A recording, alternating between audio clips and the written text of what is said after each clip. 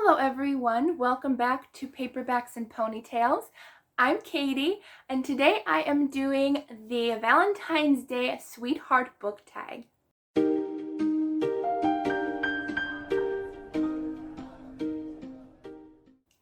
I saw Melanie over on her channel do this tag, so I will link her channel down below in the description box, as well as the original tagger who is Pampered Pages.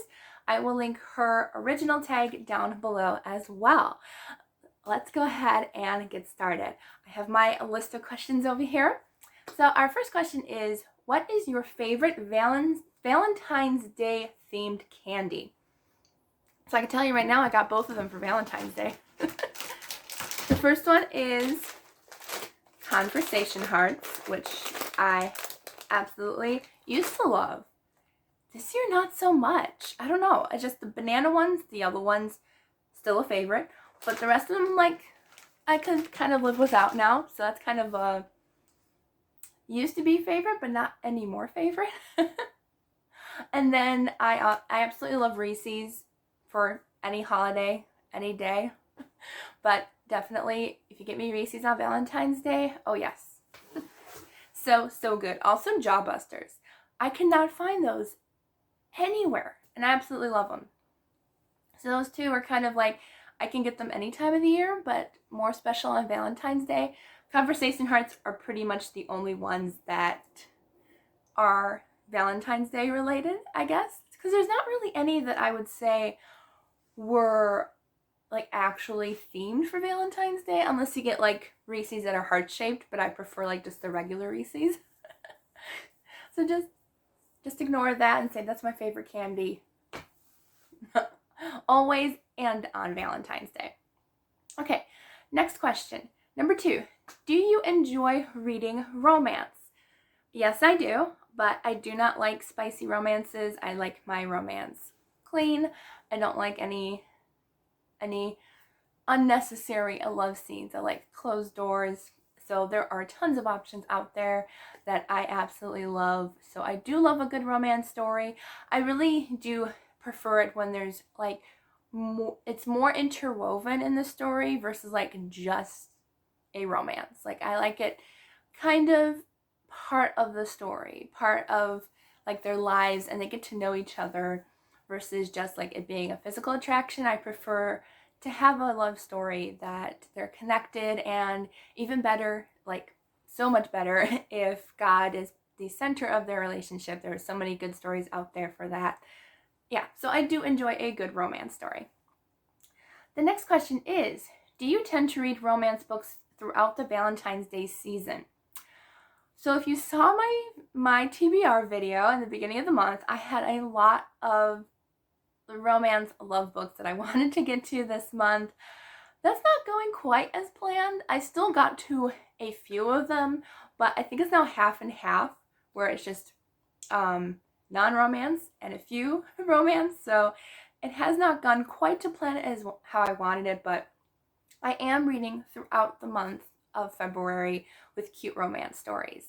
But I think I do tend to read more in February, just because it is fun to do that, and it's fun to see what other books are out there that I would like to enjoy during this season. Okay, the next question, number 4. Your fictional sweetheart shows up at your door with a Valentine's Day gift. What is it? So I don't really have a lot of like book sweethearts, other than maybe Wesley from The Princess Bride, because it's also one of my favorite movies. So honestly, that he would probably be my sweetheart if any book. So if Wesley came to my door with a gift, I would honestly say it was probably something homemade, since he started out as a farm boy turned pirate. So yeah, I would definitely say something homemade, possibly like, since he worked on the farm, maybe he could do something with wood making. Can't talk. So maybe like a homemade wood heart, or maybe just takes me out, brings like a basket of yummy picnic food, and we go off into the sunset and have a picnic lunch. Either of those I would be totally happy with. Okay, next question. How many romance books do you have that are written by the same author? Now, originally, if I had my complete Christian fiction collection that I used to have, it would have definitely been Deanne Gist. I'll put a couple of her, probably over here, I'll put a couple of her book covers. I owned almost every single one of them until I put them in a plastic bin with other books, and they kind of got some hints of mold in there, so I had to get rid of them, which makes me sad. But so most likely her books would definitely be the top that I own quite a few of for romance books. All Christian books, all really good. I love her books.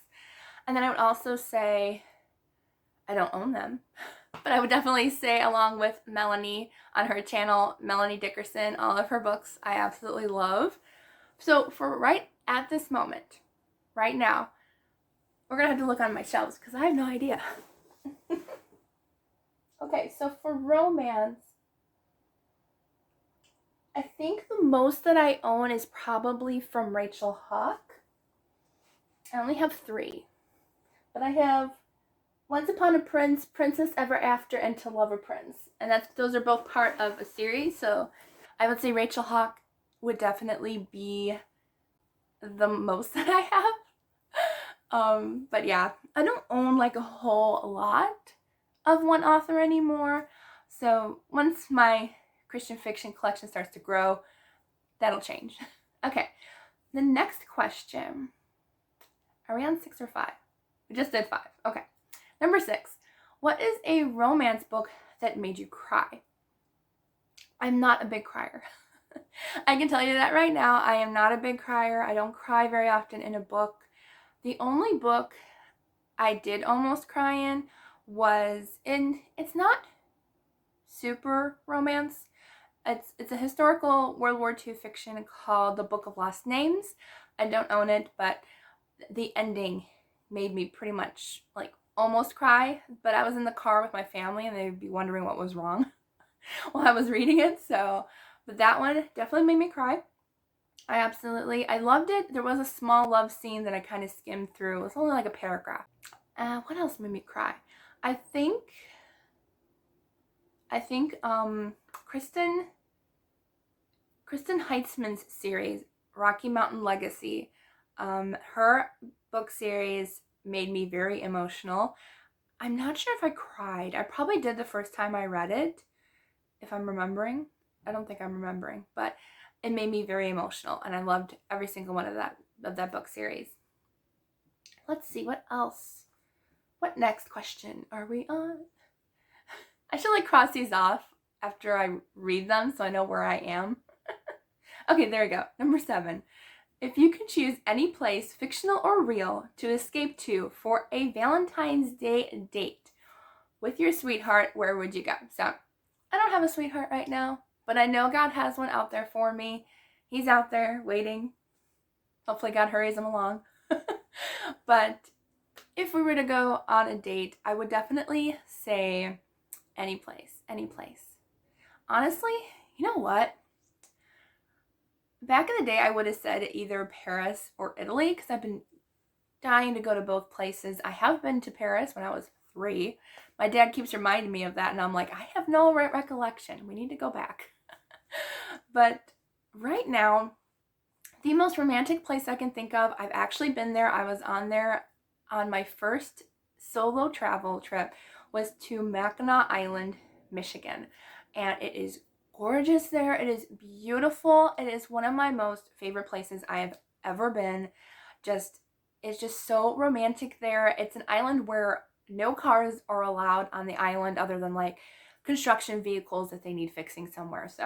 But all the transportation is either walking, bicycles, or horseback or horse carriage. And it takes you to a place that is completely like almost like its own fairy tale world. It is absolutely breathtaking there, and I love it there. So that is the place that I would choose. I absolutely love it there, and I want to go back very, very soon. Okay, let's see. Next question, number 8. Distance makes the heart grow fonder. What anticipated release do you know in your heart you will absolutely love? So if I bought books at full price, I don't very often unless I get like a gift card or something, but if I did, Misu Andrews would be an auto buy for me. I don't even have to know what it's about. I know I'll love it. Her new book is coming out, I believe, in April or May, I think. But I will put the cover here. It is called Potiphar's Wife, and I know I'm going to love it. I know I am. Some of her books can be a little slow starting out, but I do know that I think all of her books have been 4 or 5 stars for me. Absolutely love them, and I know I'm definitely, once it comes out, I'm ordering it from my library to read. Definitely choosing that book. Okay, next question. Number 9. Do you have any favorite love-themed quotes from any of the books that you have read? So I'm following Melanie's example because she is absolutely right. Absolutely right. God's love is extremely the best love ever. And she put down John 3:16. I chose a different one just to be different. I'm putting down 1 Corinthians 13:13, which says, "And now abide faith, hope, and love, these 3, but the greatest of these is love." And what better love is God's love? So, and I love that chapter. It talks about how everything will fade away, faith, hope, these things fade away, but love is everlasting and never ends. So I absolutely love that. And I'm actually going to go ahead and do a fiction quote just because I actually started putting quotes down while I'm reading. Thought I'd do one nonfiction, one fiction. Might as well have a little fun here. Okay, and then let me find my quote page because it's in here somewhere. I probably put it in a weird spot now. There we go. Okay, so I have 3 so far this month, but I just thought this one is perfect. It was actually in a Christian romance book that I read, but it says it was actually told by the abuelo, the father, or grandfather, in the book The Number of Love that I buddy read with Oceana. I will link her channel down below as well. But he said to his son, he said, "Dreams are only worth pursuing when we have the right person by our side. And the right person is the one who encourages, who chases the dream along with you." So honestly, even God, he pursues our dreams with us. He's the one who gives us our dreams and stuff. And that kind of like resonated not only with like, yes, I would love a man who pursued my dreams as a team together, but God also pursues our dreams along with us. So that's why I said that quote as well. Okay, and then our last question, all's fair in love and war. Do you have more books with red or pink spines? And honestly, in the background, you can probably tell I have more red. Like you can see, red, red, red, red, red.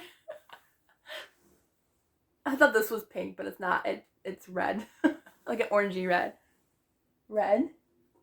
Yeah, I have more red. I mean, definitely I would like more pink. There's one pink. Yeah, I think I have 2 pink ones. You can kind of see one in the corner right there. That's pink. Hot pink. Yeah, I do not own hardly any, no pink. Mostly red. Yeah, there aren't a lot of books that have pink covers. I probably would enjoy that. It's not my favorite color, but for some reason I I don't like to wear pink, but I like it in like book covers and doing pink in my journal. Like, I like stuff like that in pink. So that was our last question. I hope you liked this video. If you did, please give it a thumbs up and don't forget to subscribe down below. I hope you all have a wonderful day and I will see you all in the next video.